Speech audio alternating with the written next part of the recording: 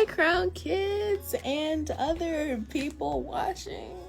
It's Charity. I surely would hope that you know this by now, but if you don't, I suppose that's okay.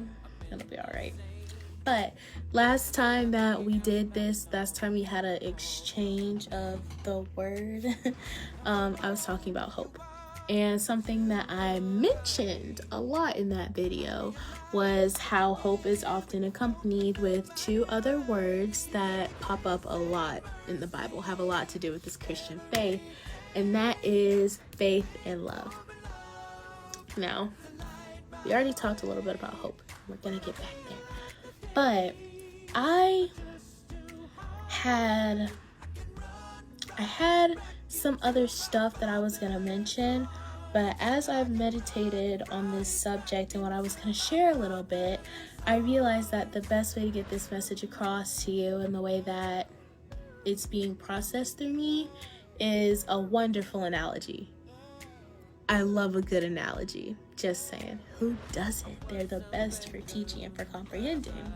And so, again, the passage that I'm going to suggest you read is 1 Corinthians 13. Read that. And you might be like, Charity, why are you so insistent upon us reading this chapter?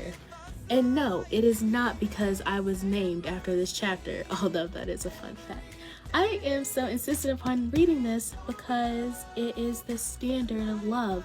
Love is such a hot topic. I feel like it's a hot topic at every stage in life, especially the wonderful stage in life that I am at, upper adolescence, but that's a conversation for another time.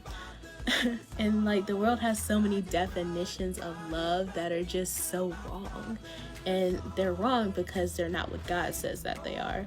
Now, I can be like, man, I love this pic. This pic gets my hair right all of the time. Or I can be like, I love sunflowers. For context, there's a sunflower behind this camera.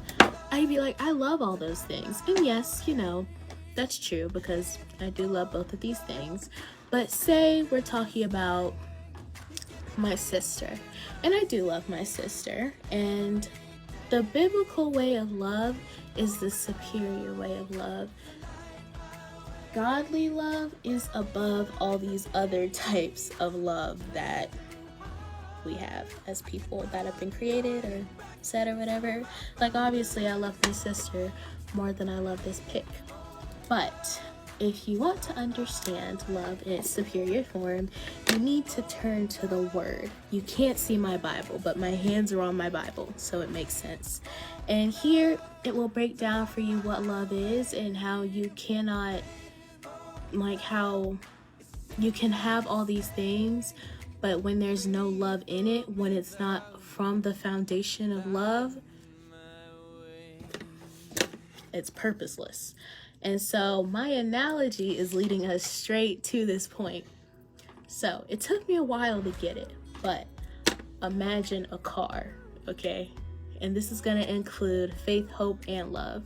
The car in and of itself is love. Okay, love is the car. However, gas is the action. Wait, no. Gas is the faith. Not gas you put in the car, like the accelerator, like pushing the gas. That is faith. You putting your foot on the gas is the action that propels the car forward. However, what's the point of propelling the car forward without a car? That doesn't make sense, see? And then where hope comes in is hope is the actual gas, the gasoline that you pump into your car, right? And so you can be in your car, you can have love, you can be putting your foot on the gas, you can have faith. However, if there is no gas in your car, if there is no hope in your spirit, you're not going anywhere. Faith is the action, hope is like the fuel, or you could even think of hope as the outcome of faith and love coming together. However, you can have gas and you can have, I don't understand how you would have a gas pedal without a car. But say maybe you just had a gas pedal, but you have no car, you're still not going anywhere. And you can have gas in your car, but if there's no accelerator in your car, you're still not going anywhere. So that is how faith, hope, and love work together.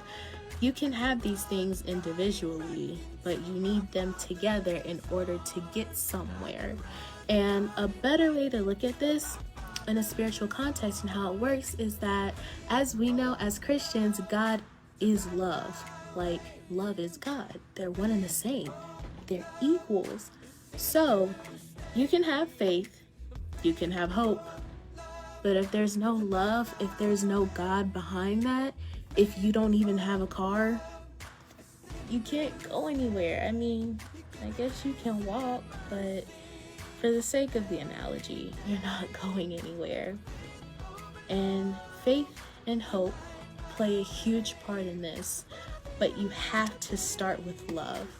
Love is the greatest of these. So, the moral of the story, first and foremost, moral story in this lecture, I guess, storytelling. Read 1 Corinthians 13. It's a wonderful place to be. It's a wonderful thing to read, a wonderful thing to set your own standard against, and it's a good way for you to raise your own standards in the way you treat people and the love that you accept from people in the circumstances that it applies in. However, also, you need all three. Now, love is the greatest. The car is the biggest part. If you notice, the car is the biggest part in this analogy. You know, gas comes and goes, and you refill it, you drive your car, it burns. You have to constantly refill your hope.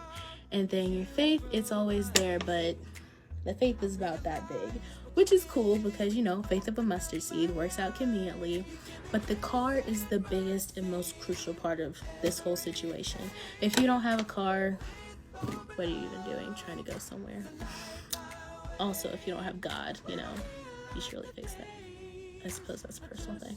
But anyway, yes, that's the analogy. That's the thing to remember. You need all three, but first and foremost, you need a car.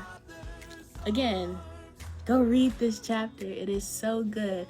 Pray for understanding before you read it, and I pray that it resonates with you exactly where you need it to. Well, that's all. I'll see you in a week from now. Well, I'll see you later. Bye.